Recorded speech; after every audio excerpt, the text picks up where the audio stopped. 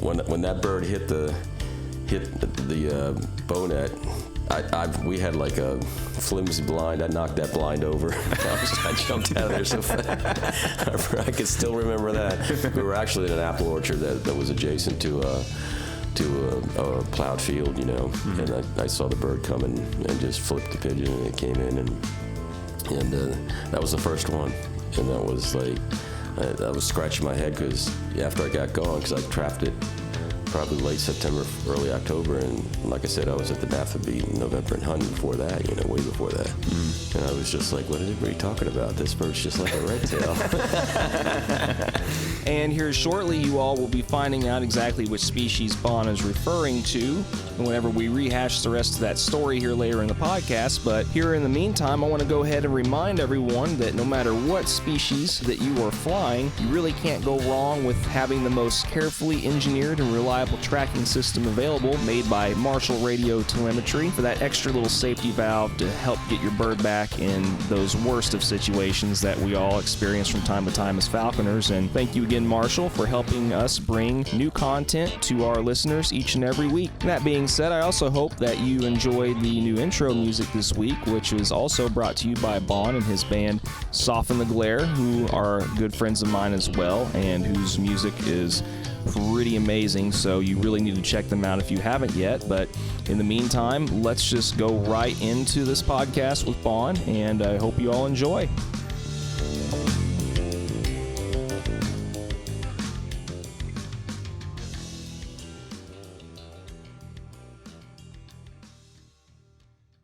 Alrighty, 3, 2, and 1.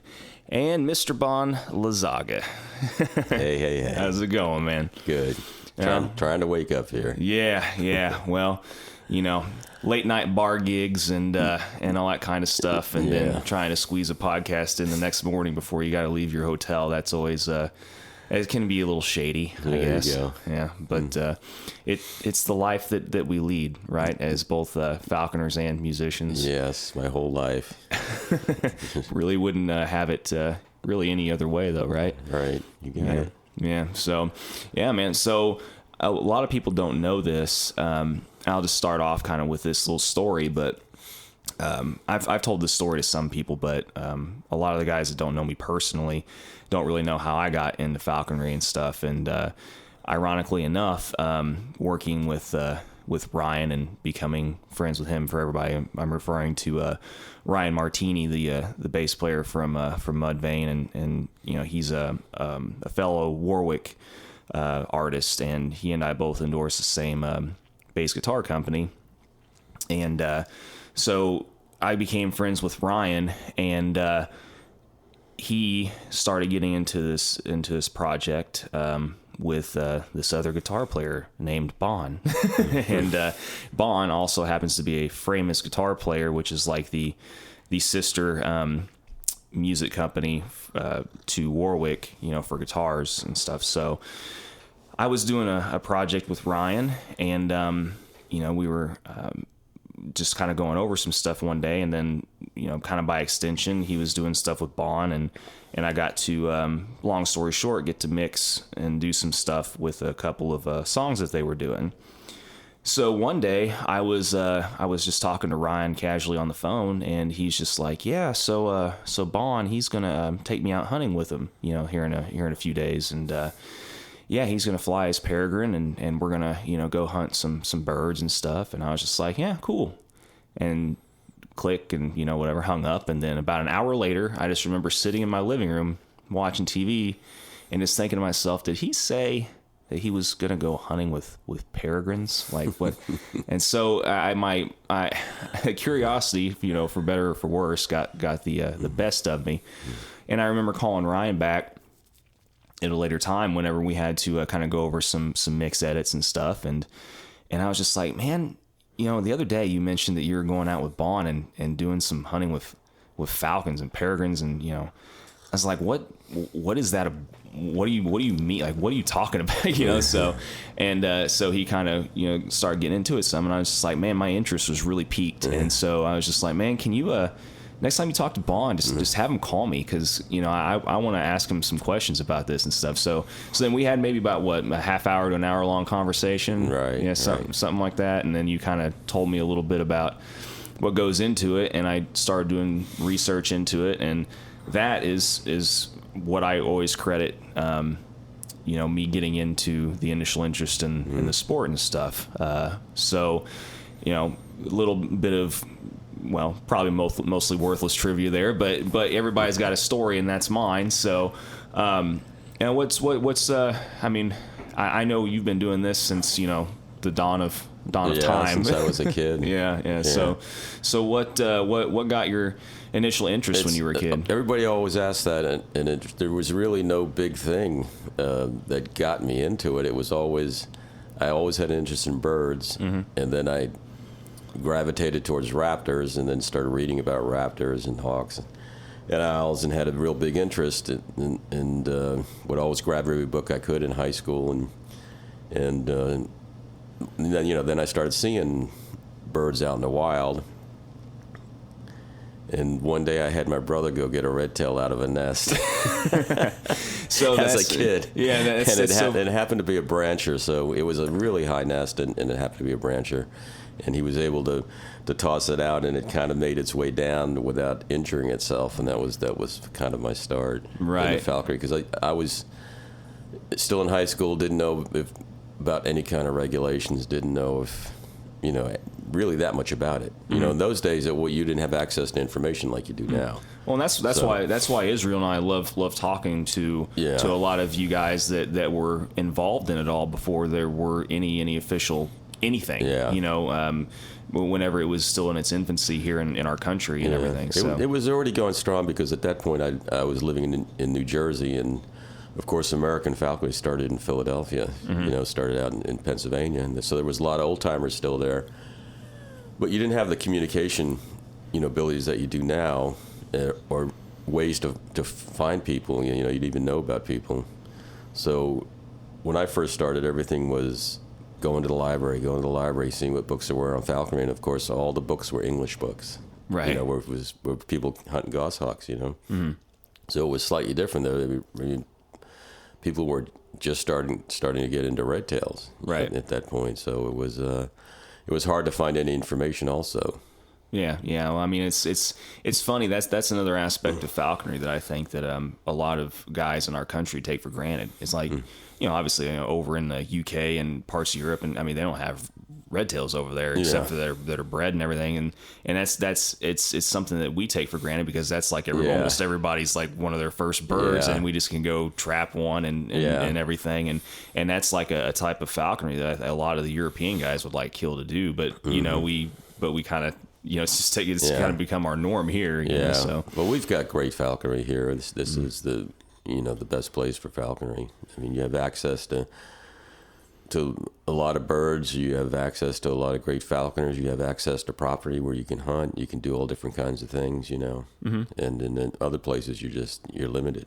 Yeah, for sure. Well, and other parts of the world, obviously they can only buy captive bred birds. They can't even get birds from the wild and all that stuff. And but I mean, when we were at the show last night and everything, so we were talking kind of afterwards for a little bit, and one of the things I found interesting that you were talking about in your conversation was like the stark difference with like a lot of the different types of the peregrines and the just how different the species is now compared to back then before all the DDT stuff, and a lot of the how that species has changed. Yeah, so the much, east, being from the East Coast, the eastern anodem is gone. That whole bird that was that race is gone. So everything that's breeding there now are all mishmash birds. They're all originated from birds that falconers produced, and so they're part anodem and part this and part that, and so it's not the same kind of bird that people had access to. I mean, even in Jersey where I lived, people were getting birds at the Delaware Water Gap, and in Pennsylvania they were getting them off ridges out in Pennsylvania. Mm.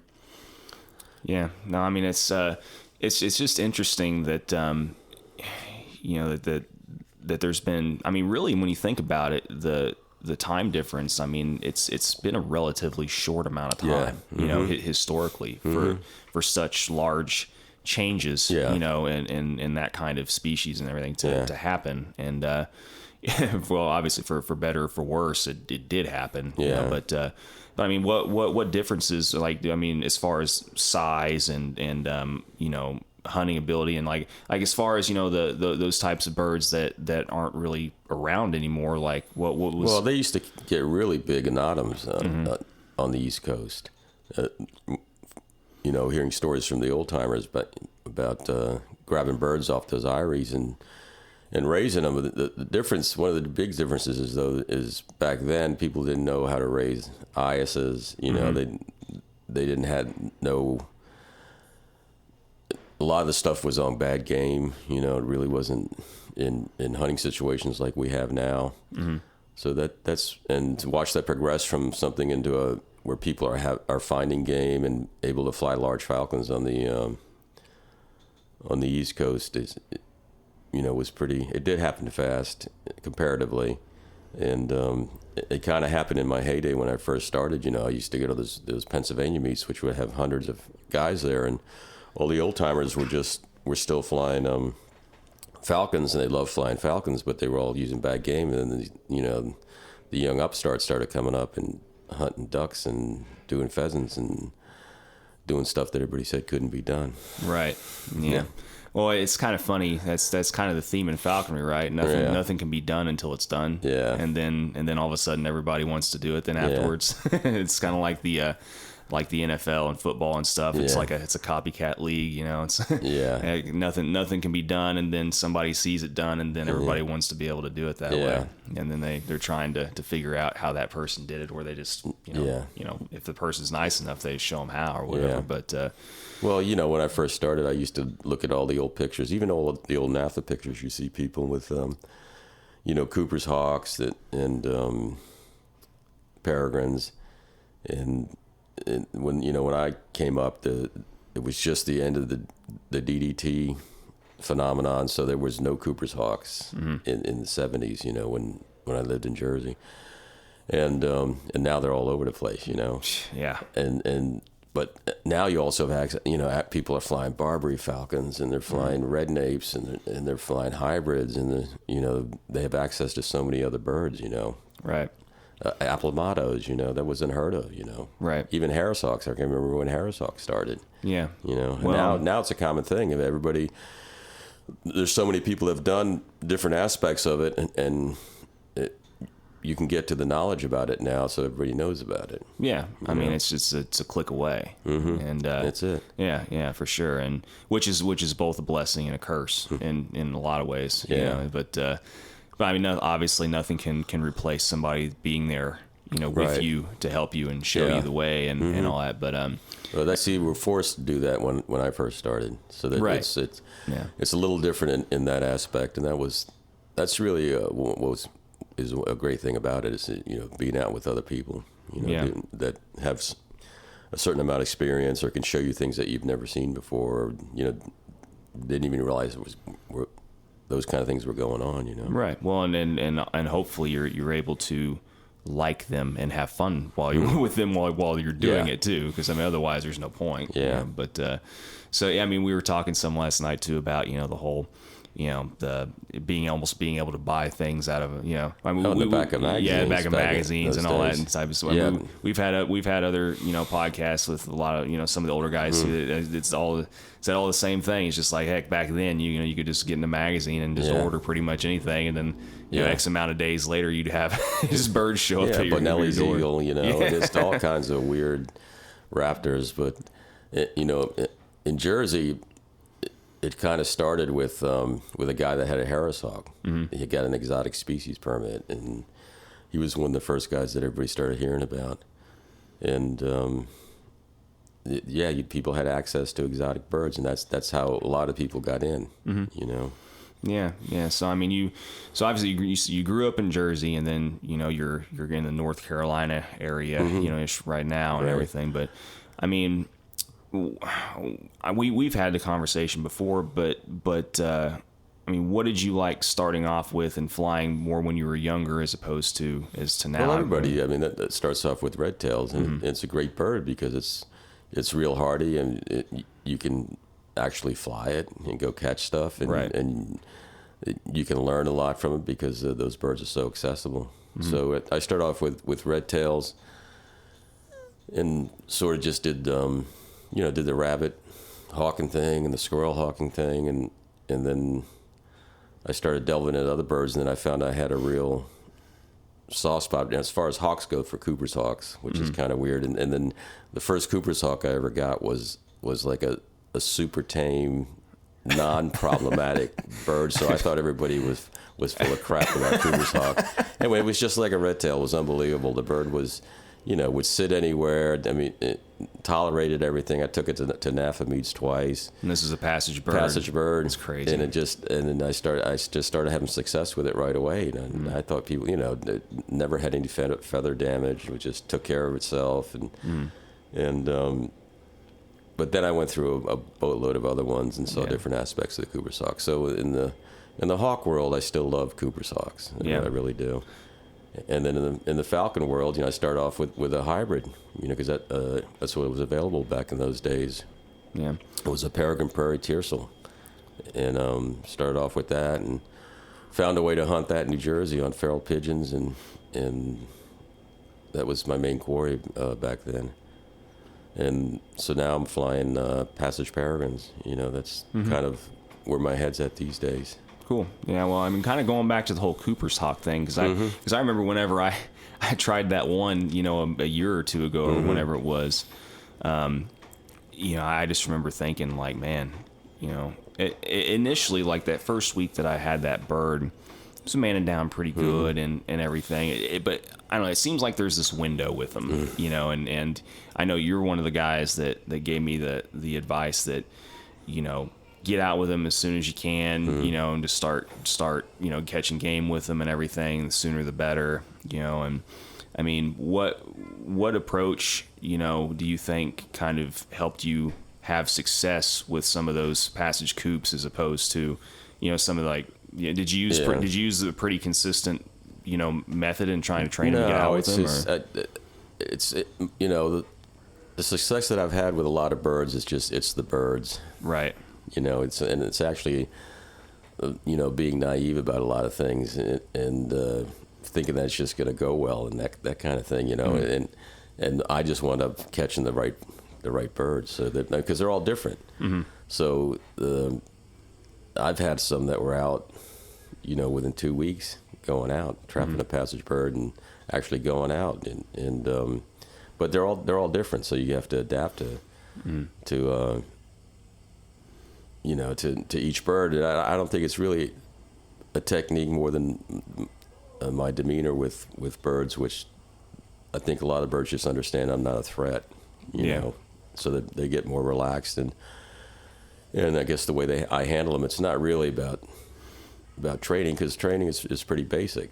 It's like training a red tails, Yeah. And that's the one. So, and ironically enough, that's the one little tidbit of just overall training, whatever, with, just with anybody that's flown them, it seems like that's the one common denominator with passage coops, is that almost everybody says initially you kind of train them like a passage red tail, like a really small passage red tail.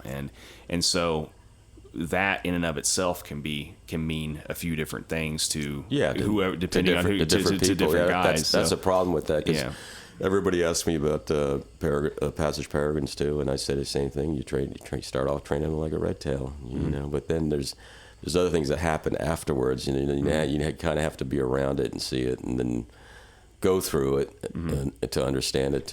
And of course, again, all the birds are individual, so you'll have some that really click and some that don't. And I've just been lucky enough to be in places where I think one of the things is I have the game for birds, and that's how that Cooper's wound up being good. I trapped her, went out to NAFA November and caught quail. Was flying quail with her, with other people's dogs and groups of people. Yeah. Out there. So that tells you how exceptional, that the mindset of that bird was, Well, and out of curiosity, where did you trap that bird? Did you trap it more in a city environment or more of a country? Yeah, but in Jersey, everything's, it's not city, and it's called the Garden State for a reason. There are a lot of big farms that used to be out there in the. But was it used to seeing people, like you think? I don't know. Yeah. It just could have been. All I know is when that bird hit the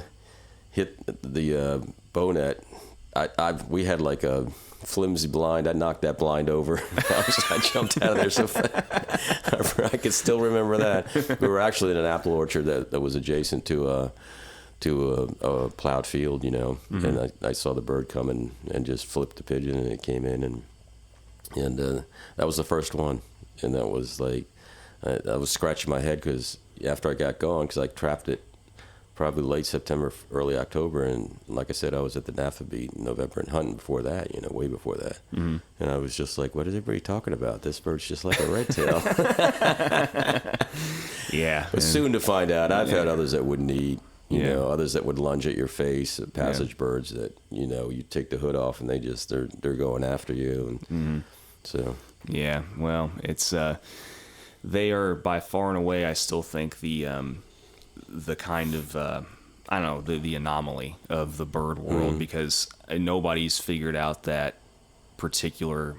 I mean, granted, obviously, like you said, and I wholeheartedly agree that every bird's different, and it just depends on the bird. But like, there's kind of a recipe for training a red tail, but I don't think anybody really has figured out, like. Some guys obviously have a lot more success with certain types of birds than others, but I've not heard one quote unquote recipe yet for training a passage coop. Coops. It just seems like they used to think it couldn't be done. Yeah. Well, and now you see tons of people have done it. Yeah. Well, I mean, it's kind of the same thing with obviously, that now still to this day is kind of like owls and red shoulders and stuff like that. Yeah. So I mean, there's I don't know if there's ever not going to be like a species where at least one person thinks that it can't be done. It can't be done. It can't be done a certain way or whatever. But yeah. So no, I mean I know you've had Harris's and you've flown pretty much most of the species. I mean, for the most part, except for Goshawks. Yeah. Because I gravitated towards the Cooper's Hawks for what I was doing because they were smaller. When even hunting cottontails, I used to go out with a good friend of mine from up in New Jersey, and he had a male goshawk, and I had the female goshawk. We would hunt the same areas, and we would pick, industrial parks or spaces that just were grassy, that you could actually see all the flight. And I had a bunch of places like that, and he would come down from New Jersey. And so it was interesting to see the two different birds, how they handled rabbits, because this was a male again, A lot of people said, "Oh, you can't get a male goshawk going on rabbits," and of course he did. I've been hunting weekends with at least two guys right now that are doing that very thing. So it's just it's just like that's I said. The funny thing in Falconry, there's a lot of hearsay going on. It always has been and always will be. So you have to kind of see it for yourself, and of course there's a lot of things that are true, it's if you have the bigger ducks, it's better to get a bigger falcon, than a tier something, and those kind of things. But in the long run, people are doing all different kinds of things now. They're doing things out of the box now. Yeah. Well, so. There's always going to be those very rare exceptions to the rule.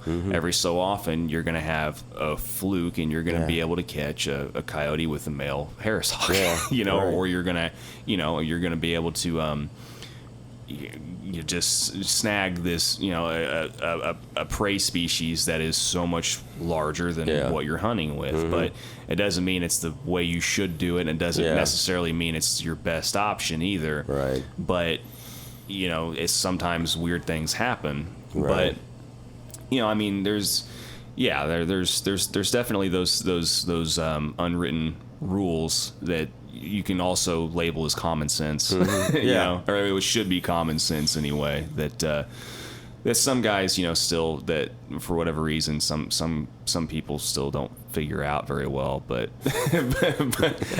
for whatever reason, we're a stubborn bunch, and can kind of be our own worst enemy in some ways too with that. But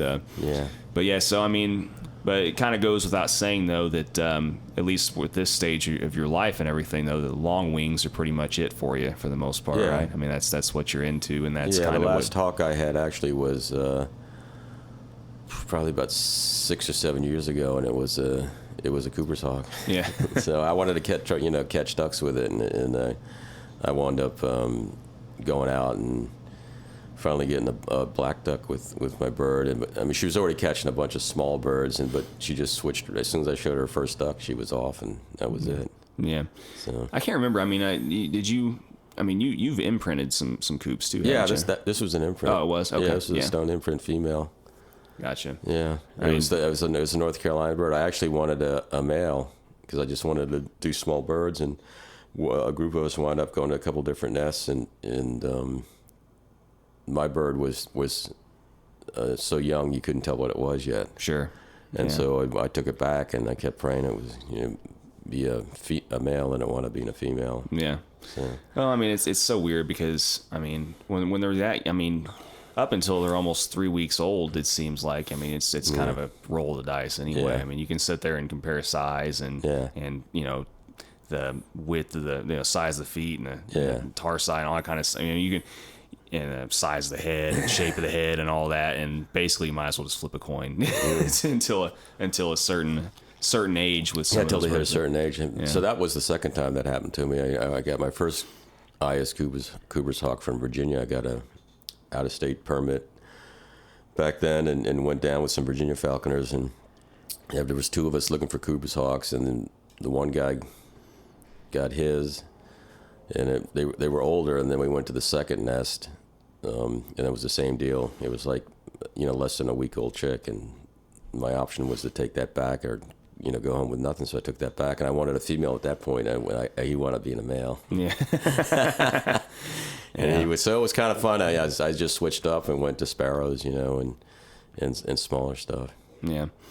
Well, I mean, like, do you think that overall though you kind of tend to gravitate or like, passage birds more than imprints, or it's I've only had a handful of imprints. When I first started getting the Falcons, I had a hybrid, some peregrines, and I liked them all, but passage birds they're kind of clean because you don't have to mess with them until the fall when you try to get them, so you're not dealing with something over the summertime.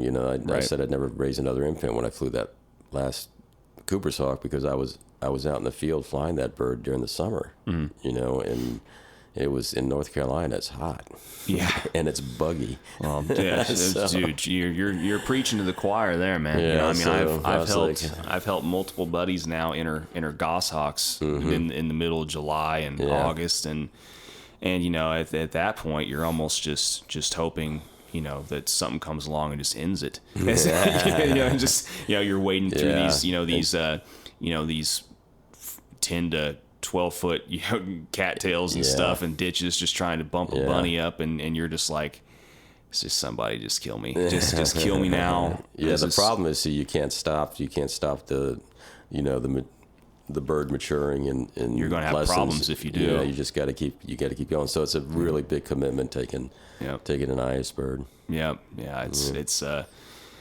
I like the passage birds. You can let them go. And if they don't work out. And I do. I enjoy Merlins a lot too. So and you grab a passage Merlin, get it going, and you can just release it, at the end of the season. Yeah. You don't have to worry about feather damage, during the molt, or taking care of it, not being able to go anywhere, that kind of thing. Although I've got birds, so I can't go anywhere anyway. Without, I don't go on vacations. I go on small tour runs. Yeah, right. Yeah, I mean, and that's the thing too, is you'd already been doing this in music both whenever you met your wife and everything, and as you so aptly put it to me one time, it's like, man, she's got this crap down to a fine art now. It's just like, she knows exactly what to do when I leave. It's like, I don't even have to tell her anymore to feed, drop this food to this bird and whatever. It's like, so I mean, that's kind of nice. Hey everyone, hope you've been enjoying the episode so far. Just wanted to give you guys a quick update on things as far as the porting over to other platforms. The good news is we are actually being reviewed as we speak with Apple Podcasts and some of the other platforms. We're probably going to have to go back in pretty soon and make some edits to some of the music with earlier episodes and things like that. But as far as our actual podcast, everything's being reviewed as we speak, and hopefully sooner rather than later, everything will be officially live. So all the content is caught up. It's all up to date. It's just a matter of waiting on them to approve everything at this point. So that's where we're at. Thank you again for your patience with everything, and we're really excited to finally be able to make our podcast available on all the other platforms. So just wanted to give you all the update on that, and also wanted to say thank you again to Marshall Radio for joining us on this adventure that we've embarked on. And if there's anyone else out there that would like to jump on board with us and help us bring content to the world, don't hesitate to hit us up. We'd love to talk to you. And as always, thank you all for listening, and we'll get back to Vaughn.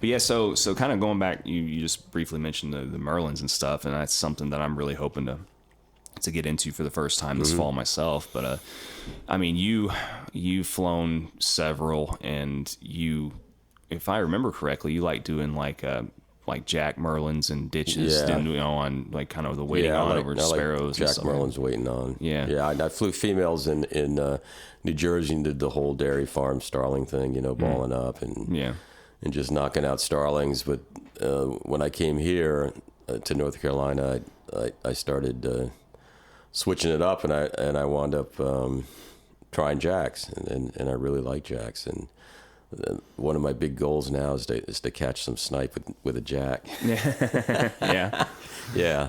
I had huge numbers of snipe last year, and they were in places where I wouldn't fly the peregrine, and I would love to try a Jack Merlin on those things. Well, what makes just because of waiting on, they wait on. Yeah, I got you. And where I'm at, I mean, it's the snipe come back to the same fields, all the time, and if you bump one, there's a boatload in there, so you can get your bird to wait on and then start working them. Nice. Well, I mean, as far as the differences in training, the birds to starlings versus the waiting on ditch deal with sparrows and stuff like that. I mean, did you find that there was a large disparity between how you trained those birds, or with the starling bit, it wasn't really that much training. I would take the bird out and just set it on a fence post and just let it fly, and then let it preen and do its thing, and and then watch the show. Right. So I was lucky enough to be in places where everything just took place right in front of you there. So you would either pick her up on a starling, or she would catch a starling, and then you'd go get another one, that kind of thing. And then end the day with her coming to your fist, or picking her up off the ground off a starling. And so that wasn't much to that other than showing her the game. And then with the ditch hawking, you're a little more interactive with your bird. That's why I like it. Your bird's waiting up above you. He's waiting to see what you're going to do, and it takes a little more. But if you have the spots for it, the males, tiercels, naturally start to wait on, and be above you. So it's fun for me. Yeah.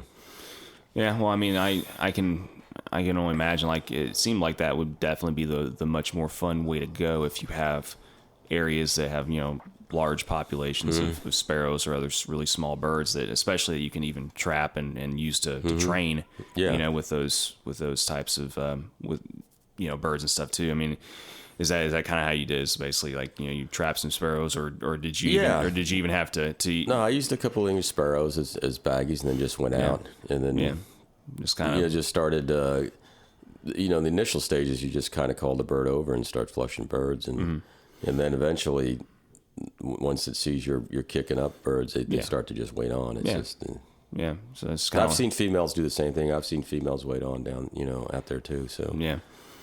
So in other words, it's really not a whole lot different than trying to teach a red tail learn how to follow you through trees and everything else. It's kind of the same deal. You just got to kick game up for it, and then it just kind of learns on its own. Puts it together. Yeah. No, I mean that's cool. Like I said, I mean that's definitely like my next big goal. In falconry and stuff is aside from getting trying to get this prairie to catch something.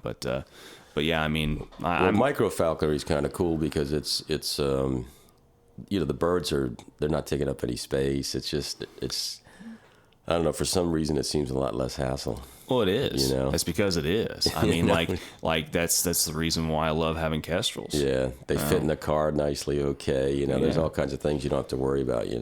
Like do you have enough room for that falcon in the back and this and that. Well, and once you learn their weight management and the metabolic rates and keeping them in the house and all that kind of stuff with you, all that kind of stuff, it all just, I don't know, for me it's just a lot more enjoyable because I get the interaction with the bird while I'm not hunting as opposed to like a bigger hog. Obviously I'm not gonna keep a red tail in the house and whatever. So I mean you're getting that interaction and that enjoyability factor and the times when you're not hunting too, which is a big reason why I love having kestrels around. But yeah, so anyway, so kind of, you and I have talked several times, obviously outside of all this, about falconry and everything, but I mean, what a large, I don't know, I won't say a large population, but a large group of our community probably doesn't realize is that you've been playing guitar for forever, and you've been doing that about pretty much as long as falconry, and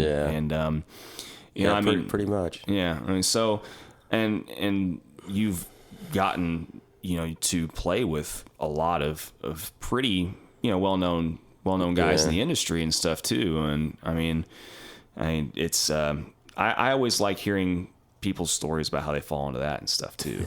So I mean, it's just like there's lots of. We were talking last night. There's seems like there's so many falconers that are artists, musicians, and everything else. It's just because it's all art. Falconry is an art, just like everything else and stuff. But how did you fall? How did you start playing guitar? I mean, that's the same. Well, my father was musical, and his whole family is musical. So me and my brother wound up being musicians.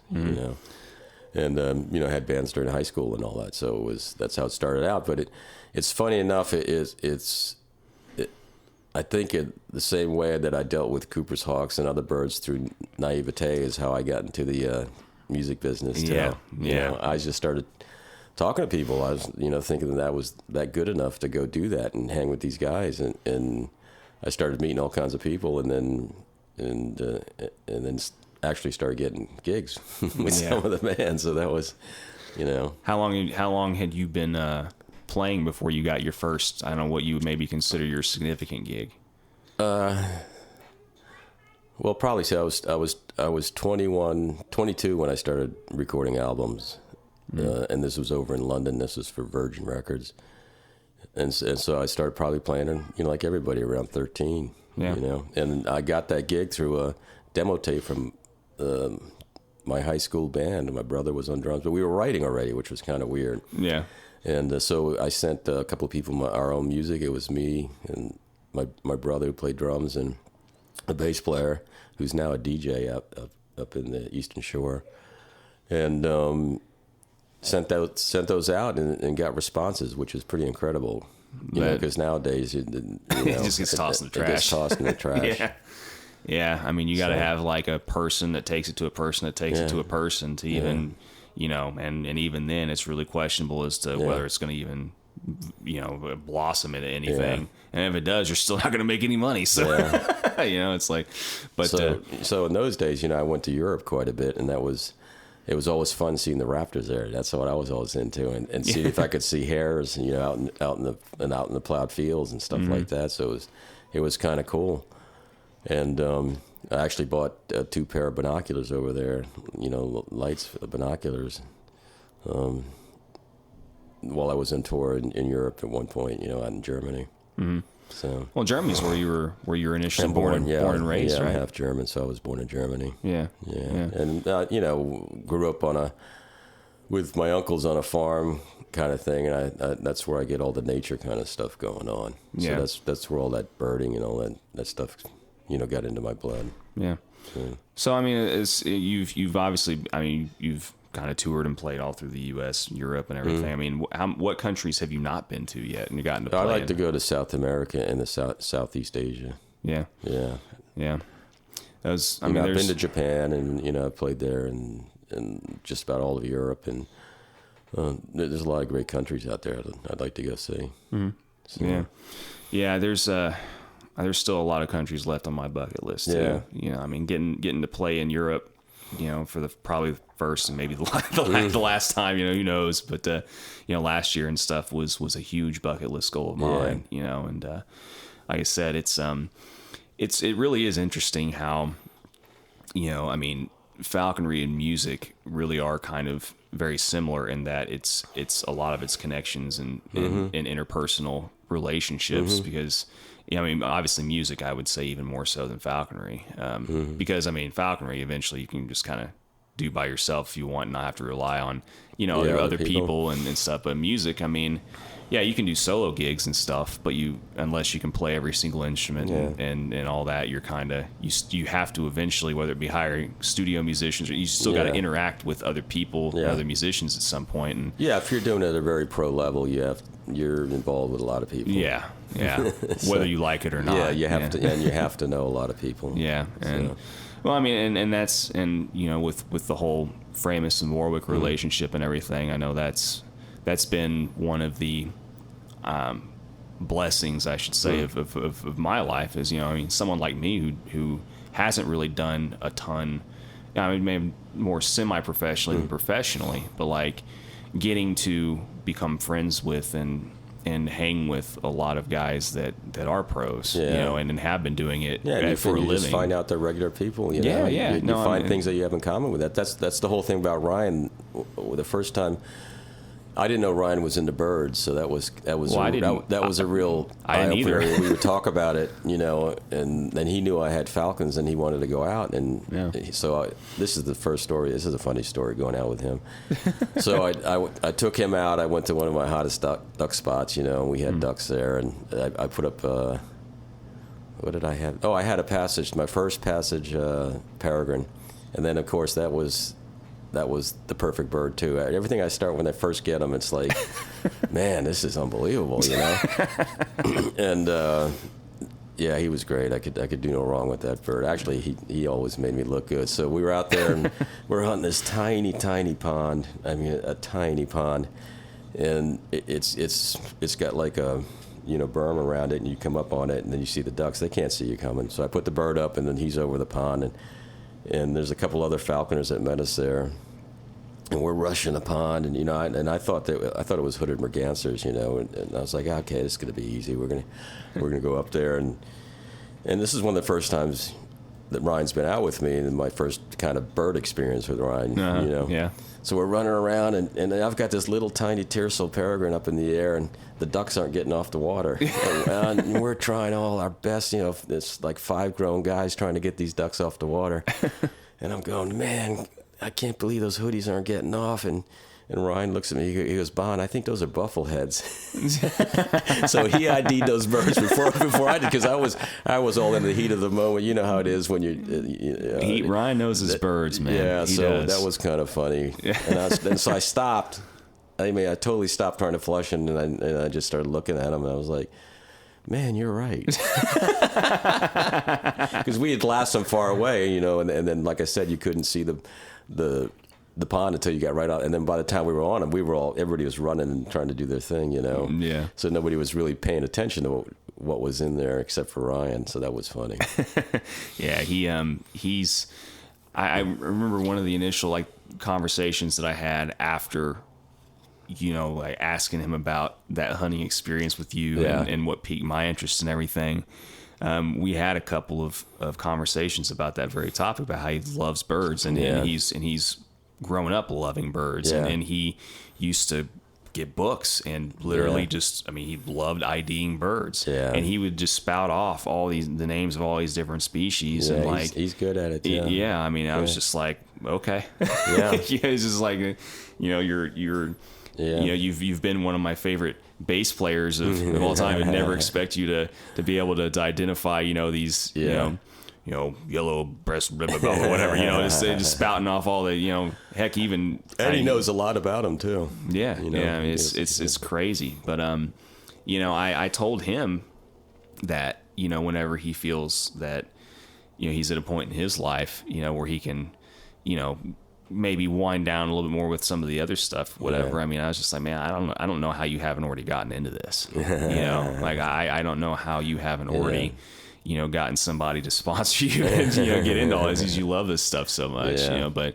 he knows, he's very self-aware of where he's at, you know, in life, you know, and, it's one of the things I love him for, you know, he's just one of the most real dudes, you know, you can ever really meet, you know, but, well, he's got other things going on, you know. Yeah. And it's funny that he's got a visa and you know, also knows all about birds. Well, and it's funny because, like, you know, I was I credit him partially, and you know, for all that, and he knows so much about dogs too. Yeah. I mean, he's trained dogs. He knows about animal training, animal behavior. Yeah. So, and I mean, he's done a ton of it, and ironically enough, you know, whenever I was doing my initial homework into dogs and stuff, he was one of the people I talked to also. You know, I was kind of getting some general information about species and stuff, and then I got my Vizslas, and then he was the one that turned around and then asked me, you know, X amount of years later, just like, you know, how's it work? Like, you know, now that you've had, you know, your Vizslas for a couple, he's like, you know, asking me my opinion on it and everything. You know, it's just like, well, I mean, I think, you know, even though you're not huge into hunting, you know, one would probably, I mean, if you want one as much as he runs and is as active as he is and everything, I was just like, man, I'm pretty sure you'd love one. Yeah. You know, I mean, he's got a nice dog. Well, I mean, and he would have a nice dog because he knows how to train dogs. He knows how to train animals. I mean, and you know, he's had about every he experienced with almost every, you know, every type of dog, it seems, but and other animals. Yeah. And saltwater fish and you know, this and that, and so, but I mean, but that's just part of the whole, you know, being enriched by the whole interpersonal relationship aspect of all this stuff, because, you know, seeing old Mudvayne videos and like the, you know, back when they first started and everything, you wouldn't expect Mr. Berberding to,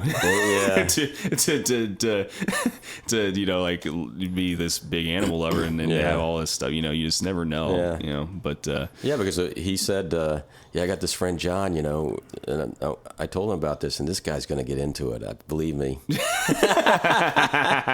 That's what he came back saying. Yeah. He was like, he's gonna do it. He's gonna do it. Yeah. So and here you are, you know, traveling all over the country and meeting all kinds of people and doing stuff, you know, with falconry. Yeah. Well, I mean, it's, you know, that's part of the reason, like, you know, like I've said before, that, you know, I mean, when I initially approached Israel about doing this, you know, I just wanted to be a guest. Like, I didn't know that, you know, I was going to eventually, you know, come to really enjoy being another host of it and stuff. But I mean, that's part of the reason why, you know, I mean, to be honest, I mean, you know me, you know, pretty well. I mean, like, there's aspects of the whole interpersonal relationship things that I can live without and you know, really enjoy also at the same time. But you know, this was like kind of multiple birds with one stone, no, you know, pun intended, aspect of me to be able to meet people that I normally wouldn't get to meet, you know, and if they're willing, maybe get to know a little bit, you know, maybe become friends with, I mean, whatever the case may be. But I mean, it's, you know, it's just another thing of, another avenue, you know, that, well, I mean, didn't used to exist. I mean, back in your day, obviously there wouldn't have been any way that anybody would be sitting in a hotel room after an all night show or whatever, you know, like, you know, having a podcast about falconry. there was just books. There wasn't even the internet yet. You know, I mean, it's just internet. But I mean, it's you know, it's kind of like we were talking about last night. You know, just it's kind of, you know, if you don't start kind of establishing, you know, that kind of narrative and, you know, kind of showing people, you know, that don't know what this is all about, and you know, introducing them in constructive ways, you know, showing them like all the positive aspects about this kind of stuff, then, you know, you just don't want it to turn into a negative, you know, and you know, I mean, getting to talk to a very wide, diverse group of people, you know, is a way, you know, to do that. Yeah. You know, I mean, there's just, and you know, like I said, it's been enjoyable, very enjoyable for me. You know, I mean, I hope I get to keep doing it. I hope I can keep affording to do it. You know, but well, I mean, you know, there's a lot of falconers across the United States in all different areas. You know, they're doing different things. You know. Yeah. Well, I mean, is there anything? I kind of like to ask this question to guys that have been, especially guys that have been doing it forever too. But I mean, is there anything that you haven't done yet that you still want to do?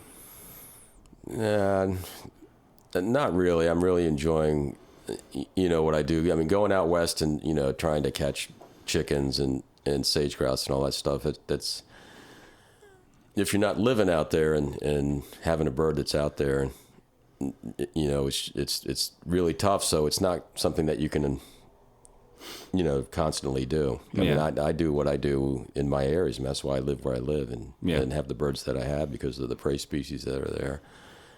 And I can't think of a bird I really would like to, you know, would like to try anymore. It really is just now starting to hit me though how much of an anomaly you kind of really are in this whole thing. It's like, you know, it seems like, so you were telling me the story last night too about like one of the first times out with the falcon and out west and everything, you got a sage grouse. Like, yeah, the very first the hawking trip went sage grouse camping out there in Wyoming and or it might have been northern Colorado, Wyoming, and northern on BLM land, and being out there in a pole tent for 2 weeks with a buddy, and we both had Peel's falcons. I had a brown female Peel's, and he had an interviewed female Peel's, so they were huge, you know, and it was just luck, just total luck, you know. The bird was chasing a sage grouse on out, and on its way back, a hen flushed, and she just came in and just stuck to it like glue and took it down. Well, I mean, it's so funny though, because like, you know, you have good luck with the first ever Cooper's hawk that you fly. You have good luck the first time you go in and hunt. With this passage peregrine that I just let go. You know, it cracks me up. You know, I think though to some extent though that all of us that get into this, you know, we all obviously go through those stages of good and bad luck. But I had a horrible year last year. Yeah. But, yeah. How was it horrible in particular? Just well, I came off from excuse me, having flying a passage peregrine for 5 years, and then getting a new one, and my schedule was messed up last year, so I was out on the road, and I actually took the bird with me all over the country and snuck him into hotels and went to Chicago.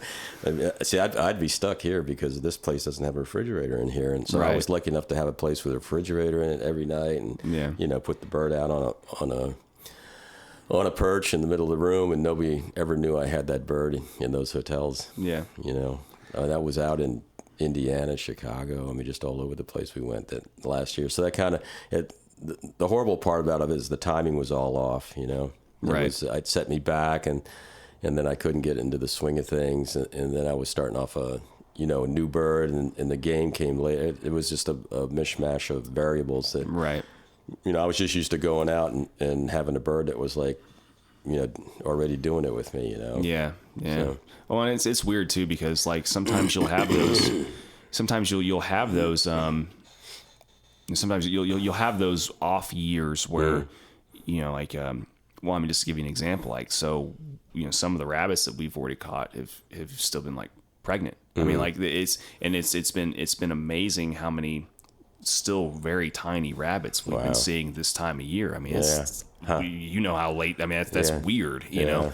I mean, so on one hand, it's kind of cool because when you think about it, you know, that means that these rabbits have been continuing to, it's going to be growing. a good year for rabbits, but at the same time, it's just like, you know, you don't really, it's just so late, you know, but, I don't know. You never know, and obviously something you never have any control over. And if you either can adapt to it or you can't, So, but I've been there too, man. I mean, you've heard, you know how some of the luck I've run into. I mean, but well, like that's the other thing. It's year by year, and it's up to the situations and the circumstances of that year. Yeah, yeah, for sure. So. No, I agree, man. Well, I mean.